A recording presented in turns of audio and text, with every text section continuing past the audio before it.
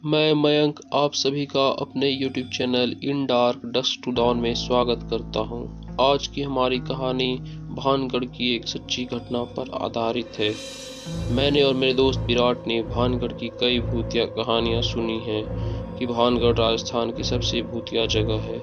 In fact वो पूरे भारत की सबसे भूतिया जगह है। वहाँ सूरज ढलने के बाद अंदर जाना कानूनन मना है। कहते हैं इस किले में राजकुमारी रत्नावती रहा करती थी, जिसकी खूबसूरती की चर्चा चारों ओर होती थी। किले के पास एक सिनई नाम का तांत्रिक अपनी गुफा में रहता था, जो राजकुमारी की सुंदरता पर फिदा था और किसी भी कीमत पर राजकुमारी को हासिल करना चाहता था। एक बार राजकुमारी अपनी सहेलियों के साथ बाजार में इत्र खरीदने के लिए निकली। उस तांत्रिक ने यह देखा और अपनी काली जादू की ताकत से इत्र में उसने कुछ ऐसा मिलाया जिससे राजकुमारी उसके बस में हो जाती। किसी नगरवासी को इसकी भनक लग गई और उसने इन सारी बातों को राजकुमारी तक पहुंचा दिया। फिर क्या था, राजकुमारी ने यह सुनकर वो इत्र की बोतल को महल के बाहर एक पत्थर पर फेंक दिया। काले जादू के कारण वह चट्टान तांत्रिक की ओर आकर्षित हुआ और तांत्रिक उस चट्टान से कुचला गया। उसने अपनी आखिरी सांसें लेते हुए वक्त पूरे भानगढ़ को श्राप दे दिया, भानगढ़ अब कभी सुखी नहीं रह पाओगे तुम, और जो कोई भी यहाँ निवास करेगा वह भी बर्बाद हो जाएगा। उसके कुछ ही दिनों बाद भानगढ़ पर मुगलों ने हमला कर दिया और उस पर कब्जा कर लिया। इस युद्ध में 10,000 लोग मारे गए, जिसमें कई औरतें और छोटे बच्चे भी थे। राजकुमारी रत्नावती को उन्हीं के किले में घुसकर मार दिया गया। कहानियों की माने तो आज भी उनकी आत्मा वहां घूमती है और जो भी इंसान वहां सूरज ढलने के बाद गया है वो कभी वापस नहीं आया है।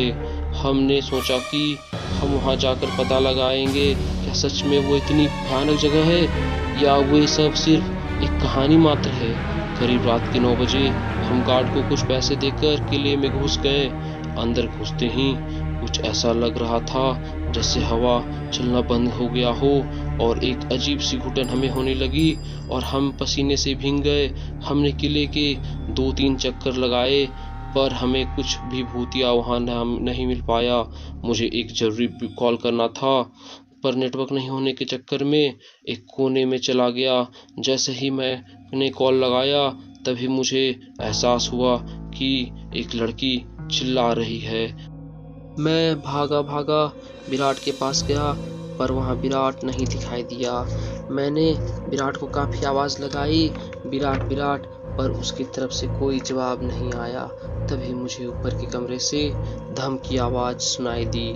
मैं उस तरफ भागने लगा। जैसे जैसे मैं सीढ़ियों पर चढ़ रहा था वैसे ही मुझे पायल की छम छम की आवाज़ सुनाई दे रही थी। मुझे लगा कि मेरे बगल से कोई लड़की भागी है और मुझे काफ़ी डर लगने लगा और मैं फिर चिल्लाया, विराट विराट। मैं महल का हर एक कमरा देख रहा था। तभी मुझे एक कोने में विराट खड़ा दिखाई दिया और मेरे जान में जान आई। मैं बोला, विराट कहाँ था यार तू? जल्दी चल यहाँ से, हम गलत जगह आ गए, प्लीज जल्दी चल। विराट ने कोई जवाब नहीं दिया। मैंने जैसे ही उसका हाथ पकड़ा मुझे पीछे से विराट की आवाज़ फिर से सुनाई दी। जब मैंने देखा कि विराट अभी पीछे के दरवाजे से आया है, मैंने जिसका हाथ पकड़ा है वो तो कोई और है। तो मेरी बुरी तरह से हालत ख़राब हो गई। जैसे ही मैंने उसका हाथ छोड़ा वह पीछे मुँह करके मुझे देखा। उसे देखकर मैं काफ़ी डर गया और कांपने लगा और पीछे गिर पड़ा। विराट ने मुझे उठाया और हम भागे भागे उस किले से निकले। मैंने उसे बताया कि मेरे साथ क्या क्या हुआ और विराट ने बोला कि उसने भी महल में किसी गुलाबी साड़ी वाली औरत को देखा था। हम वहाँ से बच निकले और अपने घर तो भाग आए, लेकिन उस घटना के बाद हम कभी भी भानगढ़ की घटना को नज़रअंदाज नहीं करते और ना ही किसी को वहाँ जाने की सलाह देते हैं। और उस दिन के बाद हम दोनों को भानगढ़ की कहानियों पर यकीन हो गया। तो गाइस, हमारी आज की कहानी इतनी सी थी। अगर आपको हमारी कहानी अच्छी लगी तो प्लीज़ हमारे चैनल को लाइक करें, शेयर करें और सब्सक्राइब करें। Thank you very much for watching.